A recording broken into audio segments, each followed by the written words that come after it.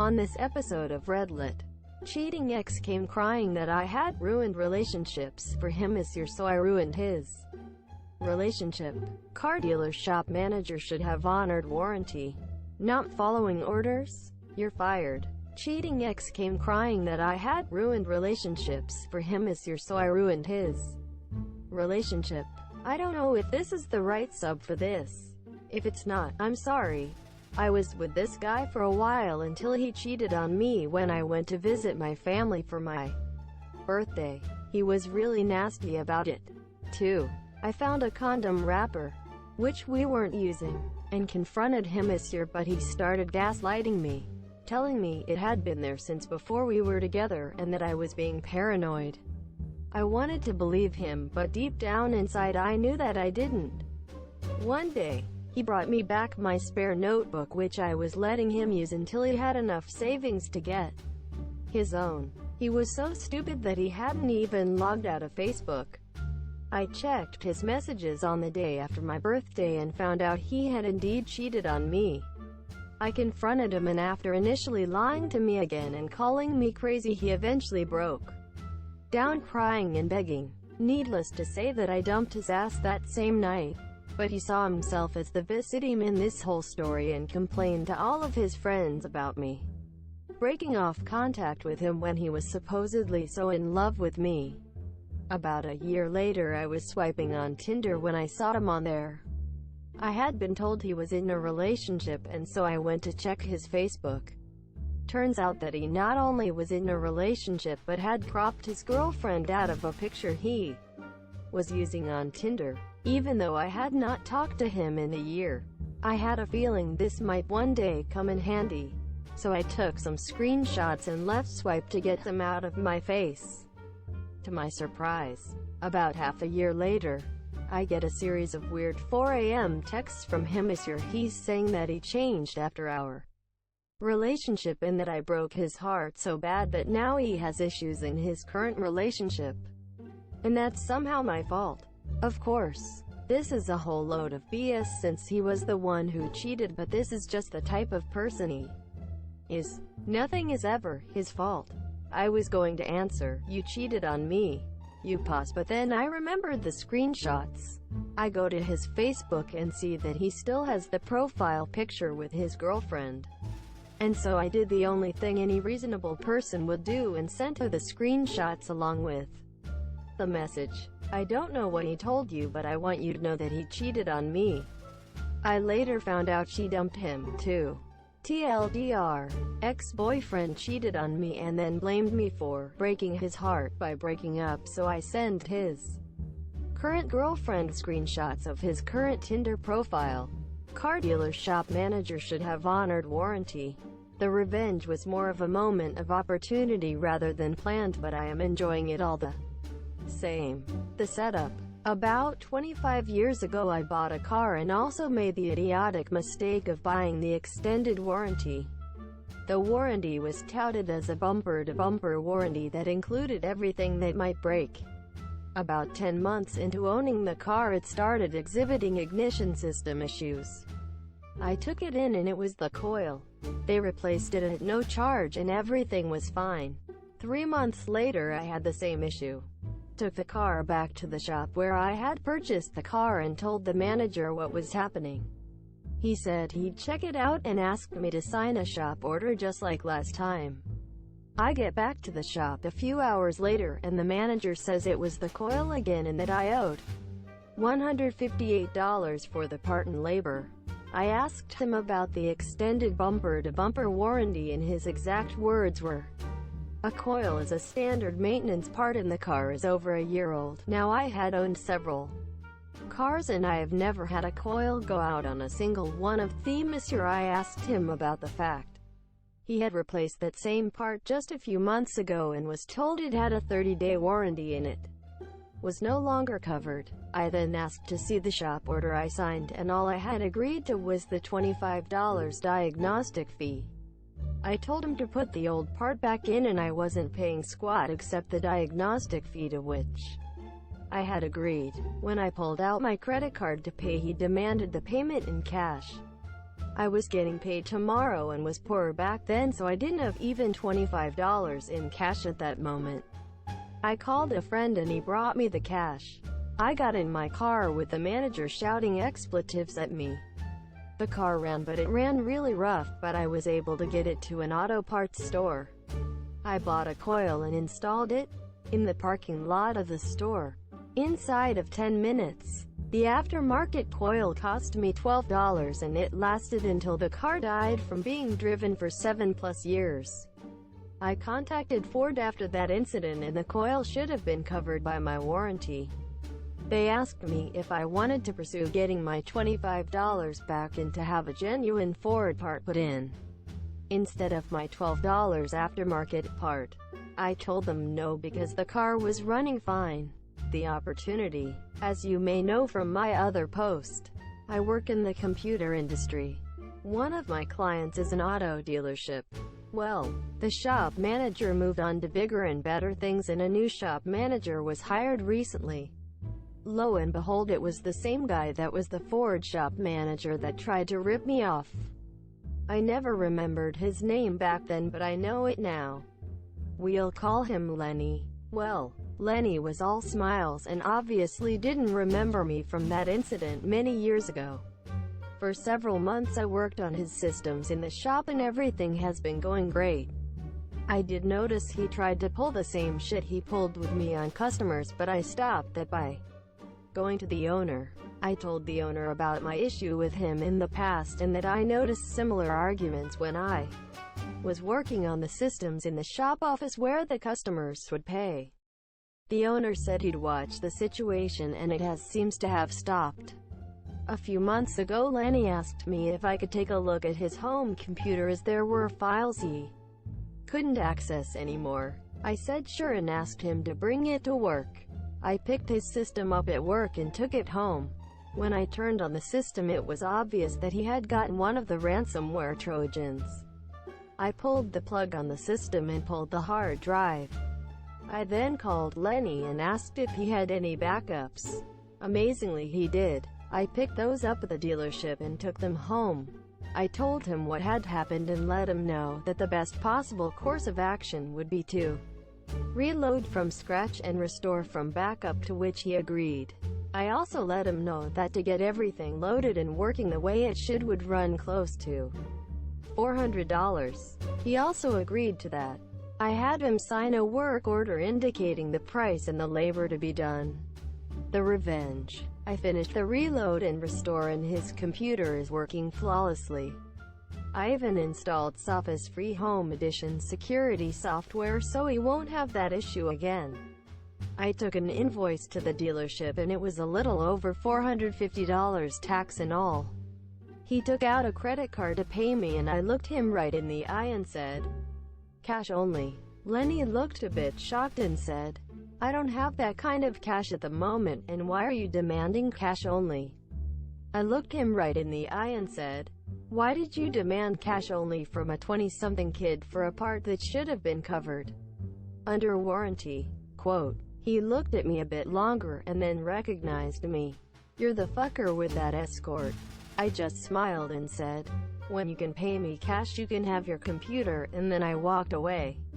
It seems Lenny hasn't been too successful in life, as it has been several months and I still have not received any payment for his system this year. I did send him a letter that he has another 90 days to pick up his system or it will be sold or parted out to pay his outstanding balance.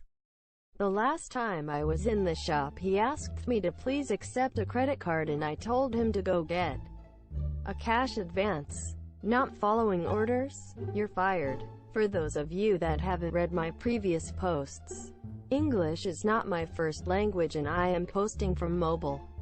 I work 6 days a week as a painter, not the artist type. This story happened from the 10th of August, Saturday, to yesterday the 26th. Meet the Spartans. Me, hello there, hubby, my Cliff, JB, Jester, boss, Karen, my entitled supervisor. Backstory. As some of you know, I got married the 11th of August. The 1st had informed my boss and supervisor of this a week prior as per company rules regarding vacation time for our honeymoon. So just to be sure they understood the situation, I decided to mention it again the day before. They said they understood and told me to enjoy the week off with my husband. And just to be clear, I usually have a nice relation with both Ya and Karen, but something wasn't right during all this. So I finish my work that Saturday and drive home to make the final preparations for the wedding. We got wed by the same priest that baptized me back in the day, and everything went perfect and I couldn't have asked for more. It wasn't the big wedding you see in the movies, mostly because the only guests were my husband's parents and 2 siblings, as well as about 10 of our closest friends. We finished after some time and we retired for the evening. My husband had, during his toast, surprised me with our honeymoon destination, Australia. He hadn't mentioned anything about it, and he is bad at keeping secrets from me. But we were both happy about it, since most people think I'm a girl because of my build and choice in clothing. You betcha we got some funny looks in Sydney while being there. We always have a good laugh when they realize. While being in Sydney, I get a phone call. Story time. It was Karen asking me where I was, why I hadn't shown up Monday morning. Karen, where are you? We have an urgent assignment. Me, I'm in Australia, you know, on the other side of the globe. Karen, why are you there? Who approved vacation? Me, well, first of all, it's my honeymoon. Second of all, you approved me taking time off. Karen, well, that decision has changed. You are needed here ASAP.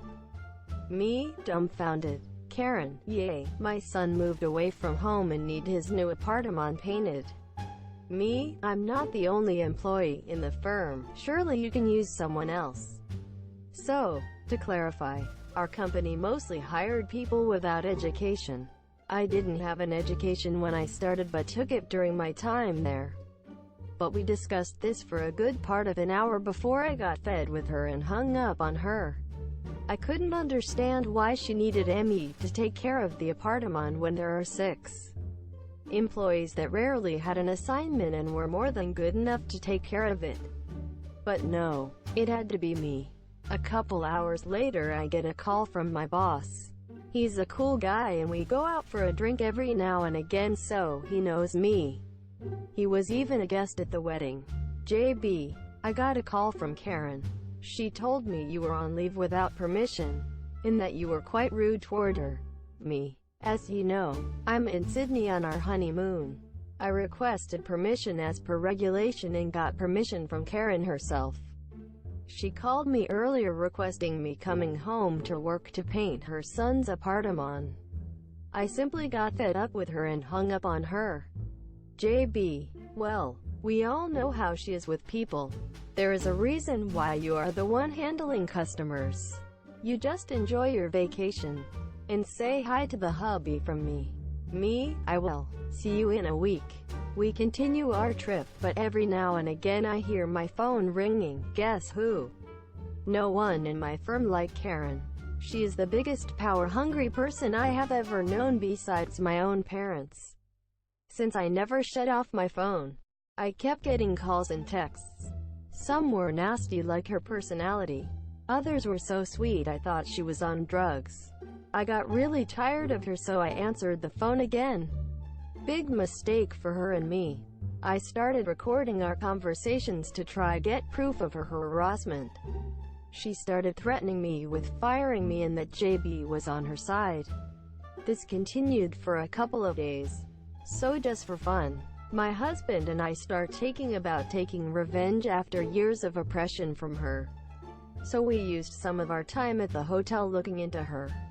And I happen to know some stuff about her taxes and regular finances since she asks me to take care of her tax payments. We contacted some of our friends back home to help us. We have some friends in the local police force. And the plan was in motion.